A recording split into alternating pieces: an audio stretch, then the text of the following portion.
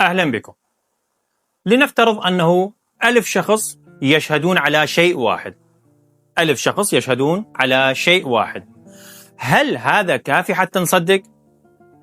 يعني لو انتشر اليوم خبر يقول رجل مات ثم رجع للحياة بعد 3 أيام وشفنا آلاف الناس يكررون نفس القصة، هل المفروض مباشرة نقتنع لو أكو مشكلة أعمق من مجرد العدد؟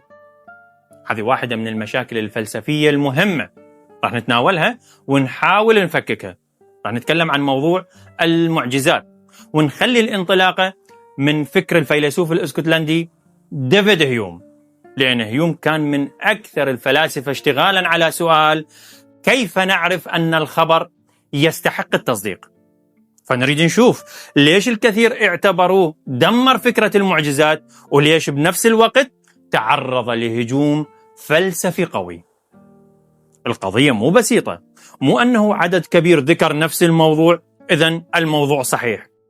إحنا أصلا عايشين حياتنا كلها تقريبا على الشهادة. أغلب الأشياء اللي نعرفها ما شفناها بنفسنا، لا شفنا أغلب الحروب ولا أغلب الدول ولا الماضي نفسه. معظم العالم اللي نعرفه وصلنا عبر بشر نقلوا لنا الأخبار، نقلوا لنا روايات وأخبار وتجارب. يعني الشهادة البشرية مو شيء ثانوي، هي أساس العالم اللي إحنا نعيش بداخله. بس ليش بعض الأخبار نقبلها بشكل فوري وبعضها نقاومه حتى لو قيلت من آلاف الناس؟ هسه إذا شخص قال لك صار حادث بالشارع مثلا، غالبا راح تصدقه مباشرة، ماكو مشكلة. لكن إذا نفس الشخص قال لك مثلا، نقول شفت إنسان طار بالهواء، هنا تغير كل شيء، مع أنه الشخص نفسه، اللغة نفسها وطريقة الكلام نفسها، لكن عقلك تعامل مع الخبرين بطريقتين مختلفتين تماما. شنو السبب؟ هنا يبدي يشتغل ديفيد هيوم. ديفيد هيوم يقول العقل مو فقط يقيم الشخص، العقل يقيم الحدث نفسه. العقل يقيم الحدث نفسه، يعني مو كل الأخبار تدخل بنفس الوزن. مثلا إذا صديقك اتصل بك وقال لك الجو ماطر، في الغالب ما راح تطالبه بدليل، لأن المطر شيء مألوف ومتكرر. لكن إذا نفس الشخص اتصل وقال لك اليوم الشمس ما طلعت مثلا، هنا حتى لو تثق به راح تبدي تتردد بشكل قوي، مو لأنك تعتبره كذاب، لكن الخبر نفسه اصطدم بالصورة الكاملة داخل عقلك عن العالم. إذا كان عندك ثقة به غالبا راح تدور له تفسير ثاني، تقول مثلا ممكن مشتبه، سمع غلط، متوهم، لكن ما راح تقفز مباشرة وتقول الشمس فعلا ما طلعت. هذه هي نقطة هيوم الأساسية. أحيانا المشكلة مو بالشاهد، المشكلة بنوع الشيء الذي يشهد عليه.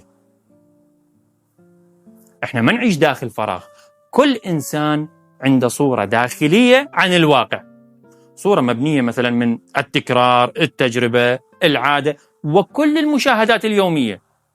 احنا من الطفولة نشوف الكثير من الظواهر الاستقرائية تتكرر بنفس النتيجة.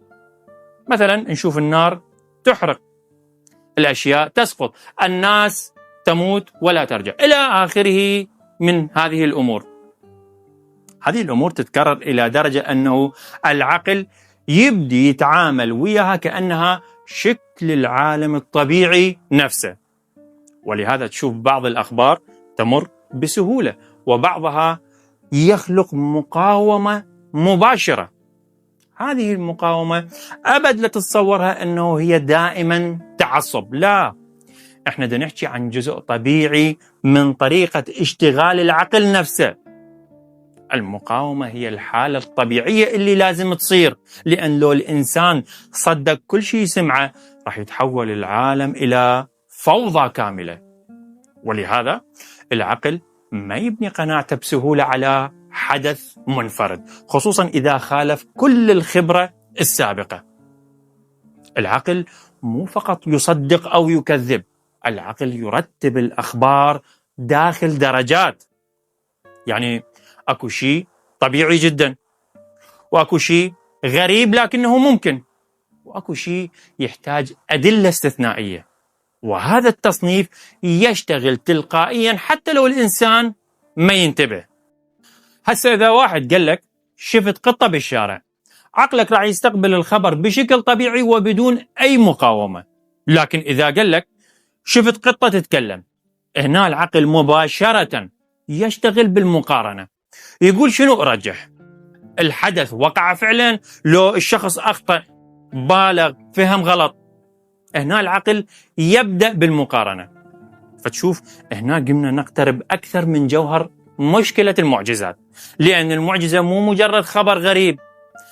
ضمن النقاش الفلسفي هنا احنا نتعامل مع المعجزة كحدث يخالف الانتظام المعتاد للطبيعة كما نفهمه. تعريف المعجزة: حدث يخالف الانتظام المعتاد للطبيعة كما نفهمه، وهذا يرفع مستوى الشروط المطلوبة للتصديق. حتى المحاكم نفسها تسوي نفس الشيء، مو كل القضايا تحتاج نفس كمية الأدلة. كل ما صار الادعاء أخطر وأغرب، القاضي يطلب أدلة أقوى، لأن حجم الادعاء يغير طريقة التقييم. إذن شو وقت تكون الشهادة كافية حتى تغير صورة كاملة عن العالم احنا معتادين عليها طول حياتنا؟ هذا السؤال راح نمشي وراه خطوة خطوة ونشوف وين راح نوصل. هسه قلنا أنه العقل لما يسمع خبر غريب ما يرضى مباشرة، شو يسوي؟ يبدي يظهر نوع من الموازنة الداخلية، يبدي يوازن. يعني كأنه عنده كفتين، كفة بها الخبر الجديد وكفة بها كل التجارب السابقة اللي عاشها، كفة بها كل التجارب اللي عاشها. وكلما كانت هذه التجارب أقدم وأكثر تكرار وأقوى حضورا، صار تحريك هذه الكفة جدا صعب حينما يأتي خبر جديد. الخبر الجديد لا يستطيع تحريك هذه الكفة الثقيلة. مثلا نقول إنسان يموت ويرجع بعد أيام، هنا القضية مو مجرد غرابة، القضية أنه هذا الخبر يصطدم بشيء البشر يشوفوه أمامهم من آلاف السنين. الناس تموت وما ترجع. هسه واحد يقول يجوز هنا حدث استثناء. الأمر ممكن عقلا، مو كل شيء ممكن عقلا يعني يصير واقع فعلا، وإلا أي شخص يقدر مثلا يطرح أي احتمال خيالي وبعدين يطالب الناس يصدقوه لأنه فقط غير مستحيل منطقيا. بهالشكل تصير فوضى معرفية. احنا ما ننفي الإمكان العقلي هنا، احنا نسأل هل عندنا سبب كافي حتى نصدق أن هذا الإمكان صار واقع؟ بعدين شلون عرفت أن هذا استثناء حقيقي؟ يعني مو مثلا خطأ بالفهم أو خطأ بالنقل أو بالتفسير. العقل عنده احتمالين، إما أنه هذا الحدث وقع فعلا أو البشر أخطأوا بطريقة ما. فيا احتمال أرجح، حدث يكسر النظام المعتاد للعالم، أو نقول أنه أكو خطأ أو مبالغة أو فهم مغلوط. تشوفوا بهذا الموضوع أنه يقلل بشكل غريب من احتمال الخطأ البشري، مع أنه حياتنا مليئة بهذه الأخطاء. كم مرة انتشرت إشاعة واتضح أنها كذب؟ كم مرة الناس أقسموا أنهم رأوا شيء ولاحقا اتضح أنه وهم؟ كم قصة بدأت صغيرة ولاحقا تضخمت مع الوقت، وإلى آخره من الاحتمالات الكثيرة. وإذا ما يكفيك أنه تطلع على التاريخ، شوف الواقع الحالي، لأن الموضوع مستمر. حتى الذاكرة نفسها مو مستقرة. الإنسان أحيانا يضيف تفاصيل، يحذف تفاصيل، يغير ترتيب الأحداث، أو حتى يتأثر بالجماعة بدون ما يشعر. الكثير من التجارب النفسية أثبتت أن البشر ممكن يتأثرون بالجماعة بشكل واضح. يعني مو فقط بالأفكار يتأثرون، على أيديولوجية الجماعة، اتجاه الجماعة، ثقافة الجماعة، حتى الإدراك نفسه يكون قابل للتأثر، وهذا يغير فهمنا للشهادة بالكامل. احنا نحب نتخيل الشاهد كأنه كاميرا، يعني هو شاهد الحدث ونقل الحدث. في الواقع ماكو شيء، الإنسان يفسر وينتقي ويتأثر ويؤثر أيضا ويملأ الفراغات، خصوصا إذا الحدث يحمل خوف، أمل، معنى ديني، شعور بالعظمة، أو حتى يخدم مصالح معينة ضمن دائرة وقوع الحدث. هنا تبدي تنتشر القصص الخارقة، لأن البشر بطبيعتهم ينجذبون للغريب أكثر من الخبر العادي. الخبر العادي يموت بسرعة، لكن قصة مثلا ميت عاد للحياة، أو رجل شفى الناس بلمسة، مثل هذه القصص وأشباهها تتحرك بين البشر بقوة هائلة، مو بالضرورة لأنها صحيحة، لأنها تضرب الشيء الداخلي العميق داخل النفس، اللي هو ميل الإنسان النفسي للقصص التي تكسر المألوف وتخلق إحساس بالغموض أو العظمة. هذا ميل نفسي موجود عند الإنسان، ولهذا حتى اليوم رغم كل التقدم العلمي تشوف ملايين الناس يركضون وراء الأبراج والعلاج السحري، قصص الجن، الأشباح، وحتى نظريات المؤامرة. إذن السؤال الصحيح مو هل الناس تكذب دائما، لا، أحيانا الناس نفسها مقتنعة بما تنقله. يعني مو لازم يكون الشاهد محتال حتى تكون شهادته خاطئة، ممكن يكون صادق واثق ومتأكد، ومع ذلك فهمه للحدث خطأ، أو ذاكرته تغيرت، أو تأثر بالجماعة. وهذه نقطة مهمة، كل ما صار الحدث أغرب زاد احتمال سوء الفهم والنقل، لأن الحدث الغريب يربك الإدراك نفسه. إذا شفت رجل مثلا يمشي بالشارع عقلك يعرف مباشرة شنو دا يشوف، لكن إذا شفت شيء غير مألوف العقل يبدي يحاول يفسر بسرعة، وأحيانا يملأ الفراغات وحده، يحاول يمليها، ما يحب الفراغات. ولهذا الشهادات حول الأحداث الخارقة تشوفها غالبا تكون مرتبكة، مختلفة بالتفاصيل، وأحيانا تكون متناقضة. ومثل ما قلنا مو لأن الناس تكذب بالضرورة، بل لأن الحدث نفسه يربك طريقة الإدراك. أيضا كثير من الناس يتصورون أنه إذا كثرت الشهادات خلاص انتهى وثبت الموضوع. كثرة الشهادات نفسها أحيانا تكون جزء من المشكلة، لأن احتمال التأثير والتأثر يكون موجود ومرجح. تشوف القصة تنتقل من شخص لشخص، ومع كل نقل ممكن تنضاف مثلا نبرة، تفصيل، تفسير، وبعد مدة شي يصير؟ تصير هذه القصة المنقولة أكبر من أصلها.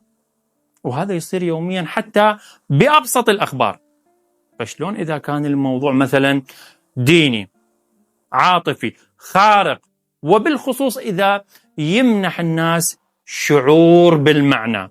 هنا يكون الانتشار جدا واسع إذا كان يمنح الناس شعور بالمعنى. ولهذا قبل أن نسأل هل المعجزة ممكنة، لازم نسأل هل الإنسان أصلا ناقل موثوق من يتعامل مع الأحداث الخارقة؟ تخيل شخص يقول لك أنا رأيت بعيني، أنا شفت بعيني. الكثير ممكن يتعاملون ويا هاي الجملة كأنها نهاية النقاش، من واحد يقول لك أنا شفت بعيني. لكن هل الإنسان فعلا يرى الواقع كما هو، لو يرى تفسيره الخاص للواقع؟ يعني أكو حادثة واحدة مثلا يشوفها 10 أشخاص على سبيل الفرض، ويطلعون ب10 روايات مختلفة. شوف، واحد يركز على الصوت، واحد يركز على الخوف، واحد ينسى نصف التفاصيل، واحد يرى شيء الآخر لا يرى حسب تصوره. العقل مو كاميرا، العقل يفسر، يرتب، يملأ الفراغات، ويحاول يصنع قصة مفهومة، يوازن ويحاول يصنع قصة مفهومة. فتشوف الإنسان أحيانا يكون واثق جدا، ومع ذلك يكون فهمه للحدث خطأ. الثقة بالنفس مو دليل على الصحة، الثقة بالنفس مو دليل على الصحة. ولهذا حتى المحاكم الحديثة جدا حذرة من شهادة العيان، لأن الذاكرة البشرية قابلة للتشوه. عندك ضغط نفسي، ضغط خارجي، رأي الجماعة وإلى آخره، كلها ممكن تغير التذكر. حتى طريقة السؤال تؤثر، طريقة السؤال نفسه إذا تغيرت تؤثر على الإجابة. الكلمات وحدة ممكن تغير الذاكرة، ممكن حتى الشيء اللي شفته بعينك مو ثابت بالكامل داخل عقلك. تخيل شيء يصير إذا الحدث قديم والرواية انتقلت شفهيا والناس متحمسة دينيا، وكل جيل يضيف تفسيراته. تخيل الصورة هذه. الخبر مو مجرد معلومة، الخبر حدث اجتماعي. هذا الخبر هو حدث اجتماعي، الناس تتفاعل وياه وتعيد صياغته وتربطه بمعتقداتها، وفي وقت لاحق بعد هذا تنقله للجيل اللي بعده، تخلي هذا الخبر موروث للجيل التالي. أحيانا الناس مو بس تريد تصدق المعجزة، الناس تكون محتاجة نفسيا أنه تريد تصدق المعجزة. الإنسان لما يشعر أنه فكرة معينة تحفظ له، فكرة معينة تحفظ له الأمل والمعنى والهوية والانتماء، هنا راح يصير أقل نقدا لهذه الفكرة. نعم، وجود دافع نفسي أو اجتماعي ما بمشكلة بحد ذاته، ما يثبت تلقائيا أن الفكرة خاطئة. حتى العلم والسياسة والفلسفة يدخل بها الإنسان بحاجاته وانحيازاته أيضا. فتشوف كل جماعة تبني قصصها وبعدين دافع عن هذه القصص كأنها جزء من وجودها. ولهذا الكثير من المعجزات ما تبقى مجرد أحداث، بمرور الوقت تتحول إلى رموز. وهنا رموز الهوية يصير نقدها أصعب، لأن الإنسان يشعر أحيانا أنه التشكيك بالقصة تشكيك به شخصيا، التشكيك يكون به شخصيا بوجوده بذاته. هنا تبدي الشهادة تفقد حيادها أكثر، لأن الشاهد ما عاد فقط ينقل حدث، صار يدافع عن معنى. وهذا يفسر لنا ليش الكثير من القصص الخارقة تبقى حية حتى لو ما كانت دقيقة أو بها دليل، يعني بها مشاكل وبها تناقضات، ومع هذا تبقى حية. أحيانا الناس ما تبحث فقط عن نقول هل هذا حدث فعلا، تبحث عن هل هذه القصة تعطيني معنى وتتوافق مع ما أتبناه لو لا. وهنا نرجع للسؤال الأصلي، إذا كان الإنسان ينجذب للغريب ويحتاج المعنى، فهل مجرد 1000 شخص قالوا نفس الشيء يكفي حتى نحسم القضية؟ هسه ممكن واحد يعترض ويقول أنت تفسر كل المعجزات نفسيا واجتماعيا. لا، إلى الآن أنا ما قلت أنه المعجزة مستحيلة أو لم تحدث. دا أقول شيء ثاني، لما يكون الحدث خارق ما يكفي فقط أن تكون الناس صادقة ومقتنعة، لازم أيضا نسأل هل الإدراك ممكن يخطئ؟ الذاكرة تتغير لو لا؟ الجماعة تؤثر لو لا؟ القصة تتضخم مع الزمن أم لا؟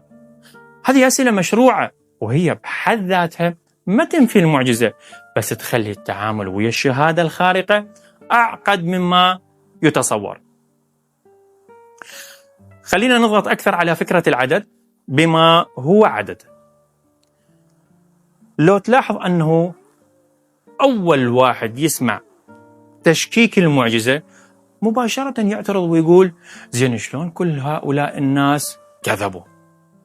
هذا السؤال من البداية يفترض أنه كل هؤلاء كانوا مصادر مستقلة، مع أنه الواقع نادرا ما يشتغل بهذه الطريقة.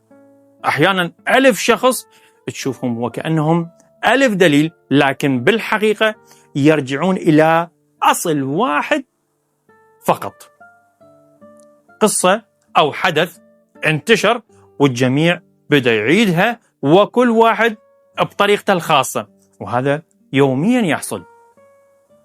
إشاعة صغيرة بالسوشيال ميديا بعد ساعات تشوف آلاف الناس يكرروها. هل صار عندنا 1000 دليل؟ لا، ما صار عندنا 1000 دليل، عندنا قصة واحدة وبقية الناس تنقلها. اللي أريد أقوله أنه العدد وحده ممكن يكون مضلل. حتى بالمحاكم مو فقط عدد الشهود مهم، لازم نشوف هل شهادتهم مستقلة، تأثروا ببعض، أكو ضغط اجتماعي أو عاطفي. أحيانا مجرد تكرار القصة إلها تأثير يخليها تبدو أقرب للحقيقة، لأن التكرار يصنع شعور بالألفة، والألفة طبيعي جدا يخلطها العقل مع الصدق. ولهذا تشوف شلون الإعلام يكرر، السياسة تكرر، الدعاية تكرر، مو مهم إن كان أكو دليل حقيقي أو لا. احنا دا نحكي عن التلاعب اللي دا يصير بالضغط على مساحة تأثر العقل البشري بالتكرار. دا نحكي عن التأثر بالتكرار. خلينا نرجع للقصص الخارقة. إذا قصة معينة تتكرر باستمرار داخل جماعة تؤمن بها وعبر أجيال ومع شحن عاطفي قوي، فطبيعي جدا أنه راح تترسخ بقوة كأكثر شيء ممكن من خلال التكرار. راح تترسخ بقوة بأقوى صورة ممكنة بسبب التكرار، حتى لو كانت بها مشاكل تاريخية أو مشاكل بقوة الدليل. فلازم ما نخلط بين شهرة القصة وقوة الدليل، لأن الاثنين مو نفس الشيء. هسه واحد يعترض ويقول إذا تتعامل هيك ويا المعجزات فأنت مغلق من البداية، يعني كأنك واضع قاعدة وتتبناها وتقول هذه القاعدة ما أصدق أي شيء خارق مهما حدث. لازم نفرق بين أن ترفض الشيء مسبقا وبين أن ترفع معيار الصدق أو معيار التصديق كلما صار الادعاء أكبر. مثل ما يقال الادعاءات الكبيرة تحتاج أدلة كبيرة، وهذا الشيء احنا نسويه يوميا بدون ما نشعر. يعني حجم الادعاء يغير حجم الدليل المطلوب. المشكلة مو هل المعجزة ممكنة، مدى نناقش الإمكان، المشكلة متى يصبح الخبر قويا كفاية حتى يهزم كل الخبرة السابقة.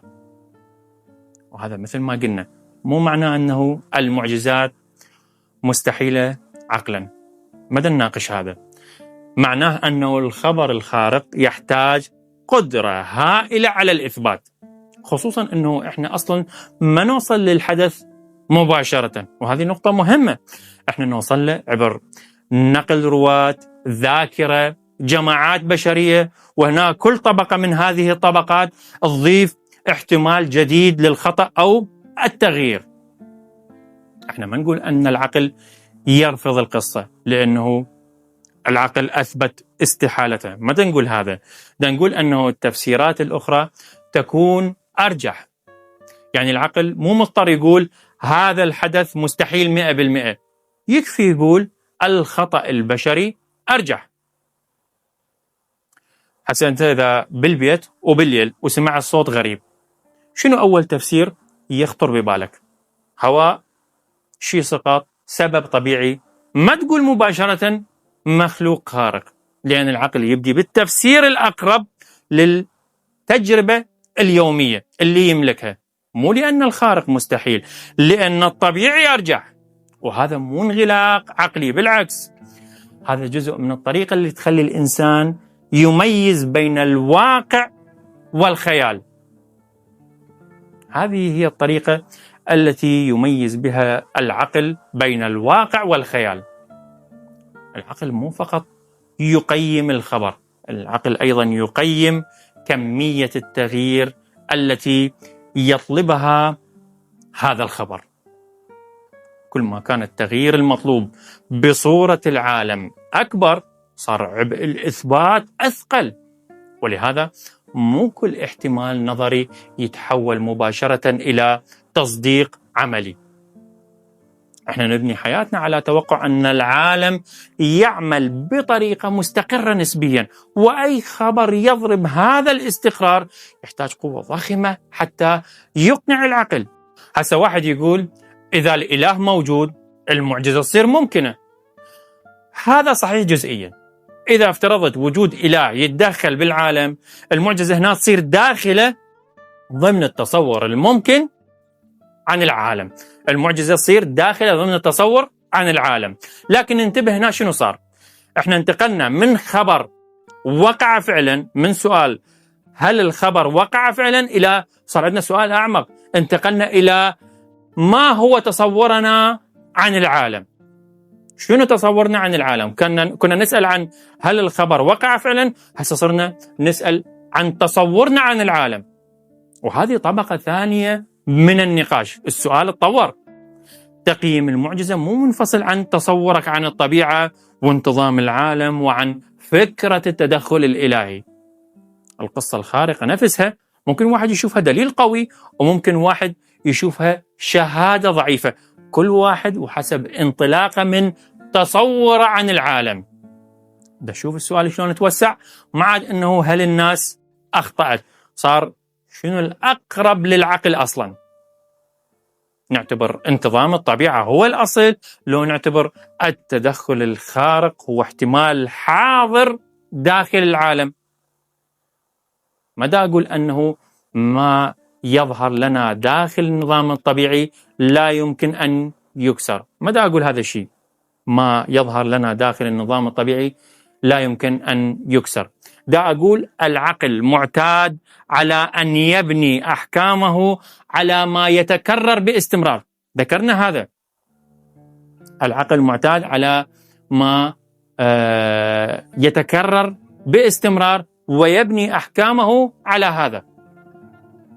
البعض يتصور أنه إذا الحدث ممكن إذن الشهادة تكفي. هذا خطأ. الإمكان وحده ما يصنع ترجيح. ممكن نظريا آلاف الأشياء، ممكن نظريا آلاف الأشياء عقلا، بس العقل هنا ما يبني قناعاته على الإمكان المجرد. يعني أشياء نظرية ممكن نتخيلها، بس العقل ما يبني قناعته على هذه الأشياء المتخيلة، يبنيها على الترجيح. يعني شنو الأرجح مقارنة بكل ما نعرفه عن العالم. هذا العقل يشتغل على الترجيح بما كل ما يعرفه عن العالم. ولهذا النقاش حول المعجزات مو نقاش عن القدرة الإلهية فقط، هو نقاش عن كيف يشتغل العقل أصلا حين يقيم الأخبار النادرة. وهذا فرق جدا مهم. تشوف هواية الناس تشعر أن التشكيك بالمعجزة يعني التشكيك بقدرة الإله، مع أنه القضية أحيانا أبسط من هذا. هل الأدلة البشرية المتوفرة تكفي فعلا أم لا؟ احنا إلى الآن عاملنا الانتظام الطبيعي كأنه الكفة الأثقل، وهذا يصير عندنا هنا سؤال مهم. منين أصلا جاءت قوة هذه الكفة؟ أنه كفة النظام الطبيعي هي الكفة الأثقل. من اجت هذه القوة؟ الجواب من التكرار. يعني لأن الأشياء تكررت أمامنا باستمرار صرنا نعتمد عليها. لكن هل التكرار وحده يصنع يقين؟ يعني لأن الأشياء تحدث أو حدثت 1000 مرة، هل هذا يعني يستحيل أن يختلف بالمرة القادمة؟ هنا يجي اعتراض يقول أنتم تبنون رفض المعجزة على قوانين الطبيعة، وقوانين الطبيعة نفسها مبنية على الملاحظة والتكرار. هذا اعتراض مهم، لأن العلم بالنهاية يعتمد على فكرة أنه المستقبل سيشبه الماضي في الغالب، لكن إحنا عندنا برهان منطقي نهائي على هذا؟ ما عندنا هذا الشيء. إحنا شفنا العالم إلى الآن يتصرف بانتظام نسبي. القانون الطبيعي مو مثل 2 زائد 2 يساوي 4، يعني مو ضرورة منطقية، هو أقرب إلى وصف لانتظام متكرر. وصف لانتظام متكرر. فالمعجزة هنا ما تكون تناقض منطقي، تكون خرق لانتظام اعتدنا عليه فقط، مجرد خرق لانتظام اعتدنا عليه فقط.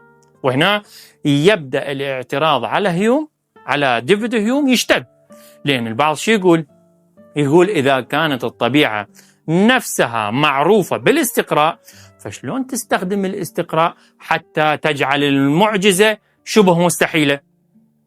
وهذا السؤال مهم، لأن هيوم يعتمد على قوة التجربة المنتظمة، لكن الطرف المقابل يرد.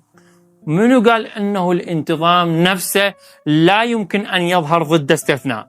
منو قال هذا الشيء؟ تشوف النقاش ما عاد فقط عن الشهود أو الروايات، انتقل، صار ما معنى القانون الطبيعي. إذا تعاملت مع الطبيعة كأنها نظام مغلق لا يمكن أن يكسر، فأنت عمليا رفضت المعجزة مسبقا. أما إذا قلت الطبيعة مجرد انتظام متكرر، فالمعجزة تصير نادرة جدا لكن مو مستحيلة عقلا.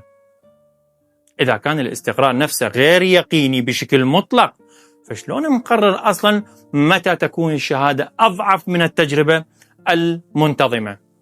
بعدين هيوم يتعامل مع الشهادة البشرية كأنها ضعيفة بطبيعتها بشكل دائم، مع أن الواقع أعقد من هذا. صحيح الشهادة ممكن تخطئ، لكن هل هي تبقى بنفس الضعف دائما؟ يعني إذا عندنا شهادات كثيرة ومستقلة، وعندنا أيضا توثيق قوي وتفاصيل متقاطعة وفحص مستمر للرواية، فهنا هل تبقى الشهادة بنفس الهشاشة؟ احنا حياتنا أصلا قائمة على الثقة بالشهادة البشرية. حتى العلم نفسه يعتمد على نقل وتقارير وتجارب عامة ما شفناها مباشرة. يعني احنا بالنهاية نثق بالبشر طوال الوقت، فليش لما نوصل للمعجزات تصير الشهادة فجأة شبه بلا قيمة؟ ما يصير نخلط بين حدث ضعيف الاحتمال بالبداية وبين استحالة تصديقه حتى بعد ظهور الأدلة. المعجزة نادرة لكن هل توجد أدلة قادرة على رفع احتمالها؟ لأنك إذا رفضت أي حدث نادر مهما كانت الأدلة، فأنت عمليا أغلقت باب أي مفاجأة جديدة داخل المعرفة نفسها. مع كل هذه الاعتراضات، حتى لو افترضنا أنه معجزة حقيقية وقعت فعلا، معجزة حقيقية وقعت فعلا في التاريخ، هذا وحده ما يعني أنه الروايات التي وصلت عن هذه المعجزة دقيقة بالضرورة. هذا اللي نحكي عنه، هذا محور النقاش. أكو فرق بين إمكان وقوع الحدث وبين قدرة البشر على نقل الحدث بدقة عبر الزمن، خصوصا إذا كانت الروايات شفوية وقديمة وانتقلت عبر جماعات وأجيال طويلة. منو كتب الرواية أصلا؟ متى كتبت؟ لمن كتبت؟ هل كانت قريبة من الحدث؟ القصة بقت ثابتة لو تغيرت؟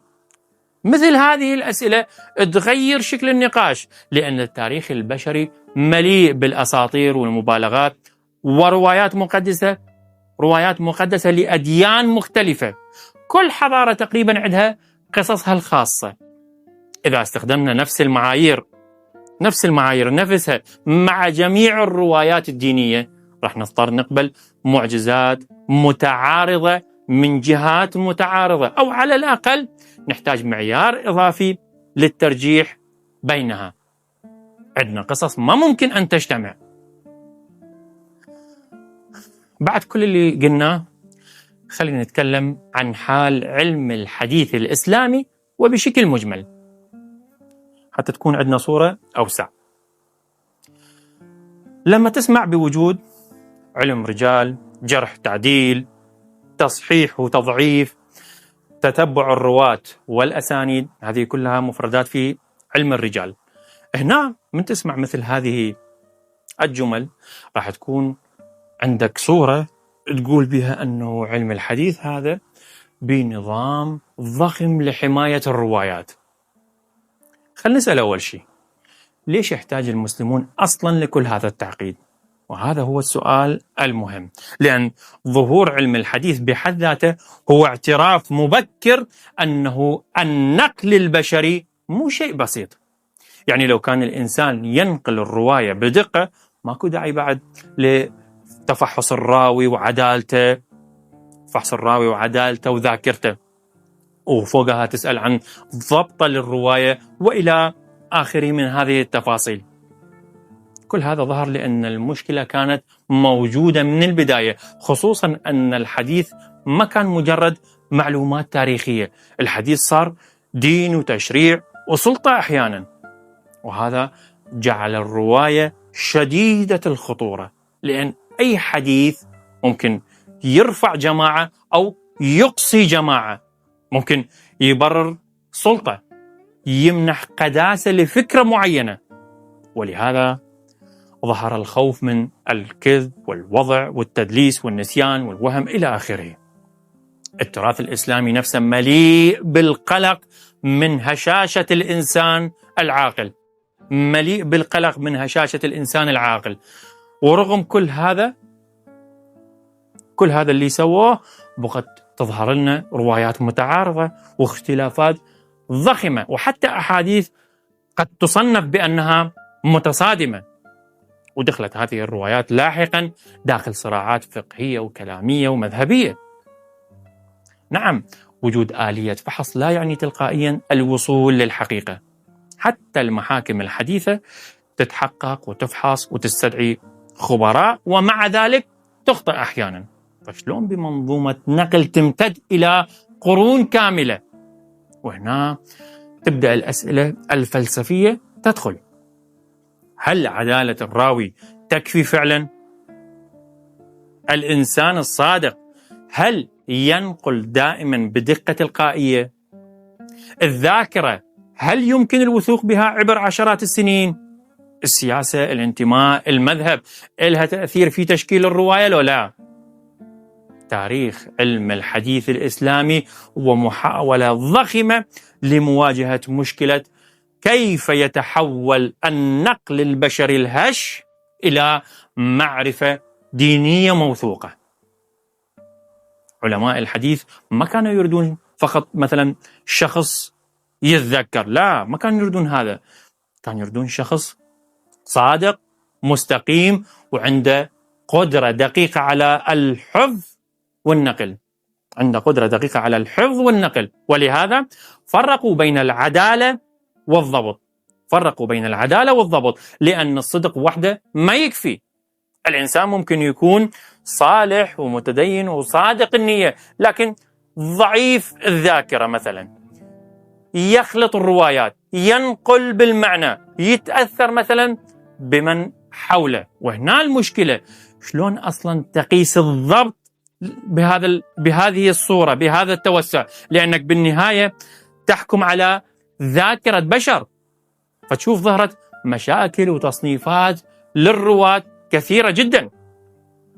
مثلا يقولون راون اختلط بآخر عمره، تغير حفظه، يخطئ أحيانا، راون يخطئ أحيانا، يتأثر بمذهبه أو ببيئته، تصنيفات كثيرة. علم الرجال مليء بالخلاف حول الحديث وتقييمات متعارضة للرواة. يعني ممكن راو يوثق عالم يوثق راوي، وعالم آخر نفس الراوي يضعفه. وهنا سؤال: إذا كان تقييم الرواة نفسه عمل بشري، انتهت المشكلة لو أنه فقط انتقلت من الرواية إلى الراوي، إلى تقييم الراوي والرواية، انتقلنا من الرواية نفسها إلى تقييم الرواية والراوي. هنا نقطة حساسة، لأنك بالنهاية ما خرجت من دائرة الإنسان. أنت تحتاج بمن تثق. شوف، تحتاج تثق بالراوي وبمن قيم الراوي، تحتاج تثق بالراوي وبمن قيم الراوي، هذه نقطة مهمة، وبمن نقل هذا التقييم أصلا. تحتاج تثق بالراوي وبمن قيم الراوي وبمن نقل هذا التقييم. السلسلة تكبر أكثر وأكثر، وهذا يكشف حجم المشكلة اللي كانوا يحاولون التعامل معها. ومع ذلك بقت تظهر أسئلة كثيرة: هل العدالة الأخلاقية تكفي لضمان الدقة المعرفية؟ العلماء أنفسهم كانوا دائما محايدين؟ البيئة والمذهب والصراع السياسي إلها تأثير في قبول بعض الرواة أو رفضهم؟ هذا كله، الجو المذهبي والصراع السياسي كان له تأثير في رفع بعض الرواة أو إقصاء بعض الرواة أو لا. إذن إحنا من نحكي عن تاريخ الجرح والتعديل، إحنا نحكي عن تاريخ بشر. هؤلاء البشر يختلفون، يجتهدون، يكذبون، يحاولون حماية ما يرونه حق. بشر، عدا أنهم أصلا داخلين في صراعات مذهبية وبيئات مختلفة، وممكن أكو ضغوط سياسية وفكرية. وهنا اشتغلوا على فكرة التواتر. اجتي فكرة التواتر، ضعف الراوي الفردي. يعني بدل ما تعتمد على شخص واحد أو سلسلة ممكن تخطئ، تقول هذا نقله عدد كبير يستحيل اجتماعهم على الكذب. التواتر نقل من عدد كبير يستحيل اجتماعهم على الكذب.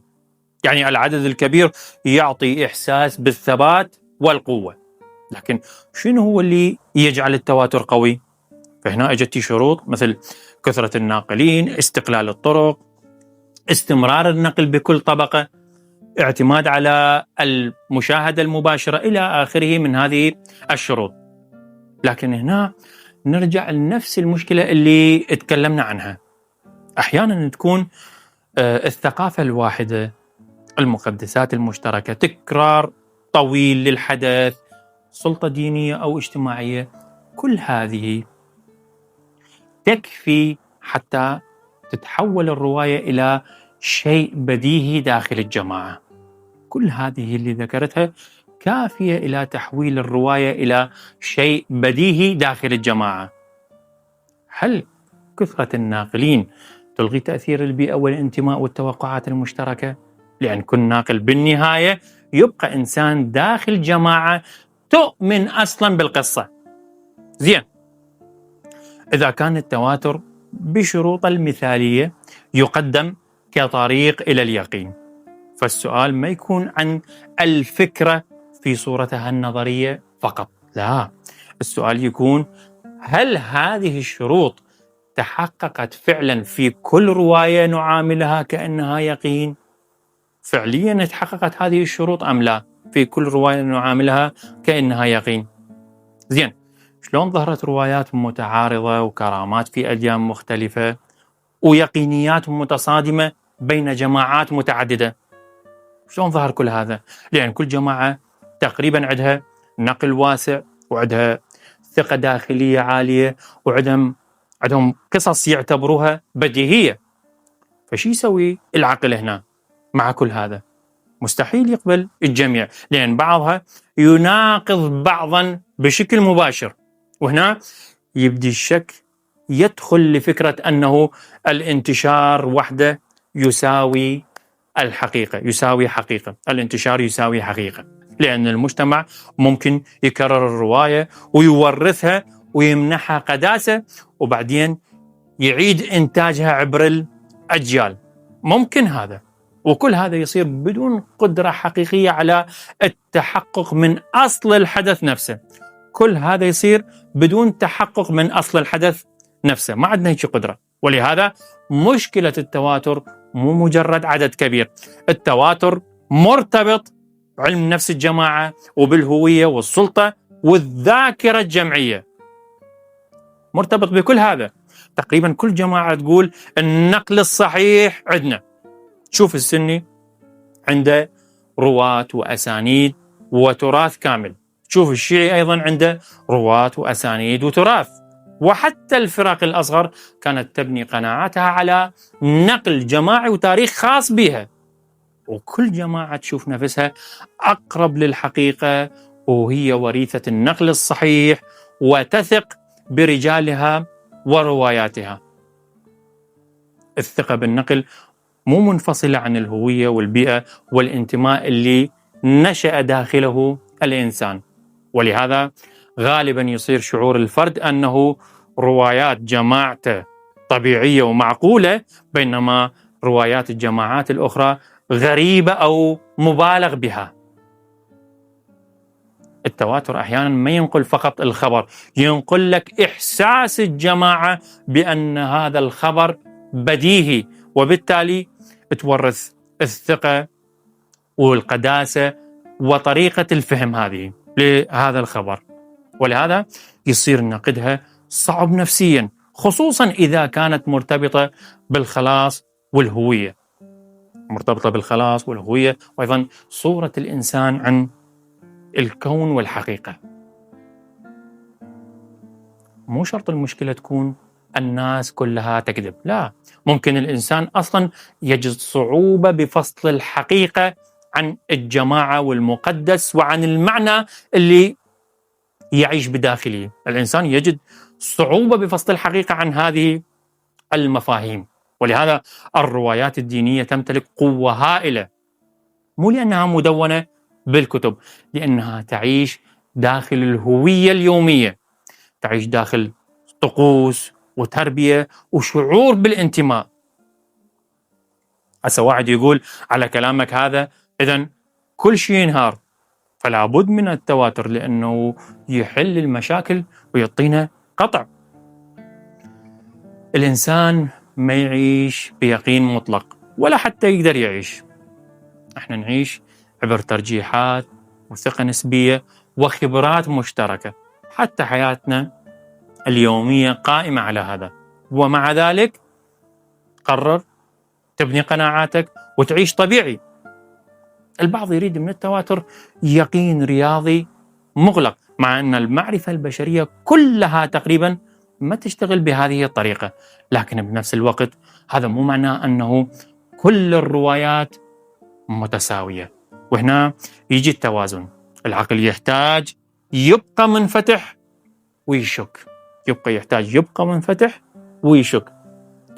هذه المنطقة متعبة جدا، لأن الإنسان في الغالب عنده ميل إلى طرفين، راحة اليقين الكامل أو راحة الهدم الكامل، عنده ميل إلى هذين الطرفين. أما منطقة الترجيح أو أغلب الظن، هذه هي في الغالب المنطقة البشرية الحقيقية. منطقة الترجيح وأغلب الظن هذه هي المنطقة البشرية الحقيقية. ولهذا النقاش حول المعجزات والتواتر والروايات الدينية دائما يبقى مفتوح، لأن القضية مو فقط أدلة، القضية أنه الإنسان يحتاج لليقين، يخاف من الضياع، عنده رغبة بمعنى ثابت، يميل إلى اليقين الثابت أو الانهيار أو أو النفي الكامل. البعض يريد التواتر، يريد من التواتر يقين ما يهتز، والبعض الآخر شو يريد استخدام مشاكل النقل حتى يهدم كل شيء بالكامل. والاثنان في الغالب يبالغان، لأن الإنسان بالنهاية كائن محدود وأدواته محدودة. الإنسان كائن محدود يحاول يبني أفضل صورة ممكنة عن العالم، وطبعا أدواته ناقصة أصلا. ولهذا لا علوم الرواية ولا الفلسفة تستطيع أن تمنح البشر يقين مغلق. ما عندنا شيء. ويبقى السؤال المهم: كيف يعيش الإنسان داخل عالم ما يمتلك به يقين كامل؟ ومع ذلك هو مضطر يختار شنو يصدق وشنو يرفض. هذا مو معناه أنه الإنسان عاجز تماما عن بناء صورة معقولة عن العالم، لا، لأن البعض بعد كل هذا الشك ممكن يقفز مباشرة إلى إذن لا يمكن معرفة أي شيء، وهذا أيضا مبالغة. احنا نعرف أشياء كثيرة، لكن شلون نعرفها؟ نعرفها غالبا عن التراكم والترجيح والخبرة، الثقة العلمية، هذه كلها تراكمات. العلم والتاريخ والحياة اليومية كلها تشتغل بهذه الطريقة. مفارقة أنه الإنسان يريد يقين كامل، لكن أدواته نفسها محدودة، ولهذا يبقى التوتر دائما بين الرغبة باليقين وحدود المعرفة. توتر دائم ويبقى موجود، وهذا التوتر هو اللي يصنع الفلسفة واللاهوت، ويصنع علوم الرواية والشك، وحتى علم الحديث. كلها محاولات للإجابة عن سؤال واحد تقريبا: كيف نثق بشيء رغم أن أدواتنا ناقصة؟ إلى هنا نكون قد وصلنا إلى الخاتمة. شكرا جزيلا لإصغائكم، ولا تنسوا وسائل الدعم والتفاعل حتى يصل محتوى القناة لمن يبحث عنه. طابت أوقاتكم ودمتم بألف خير.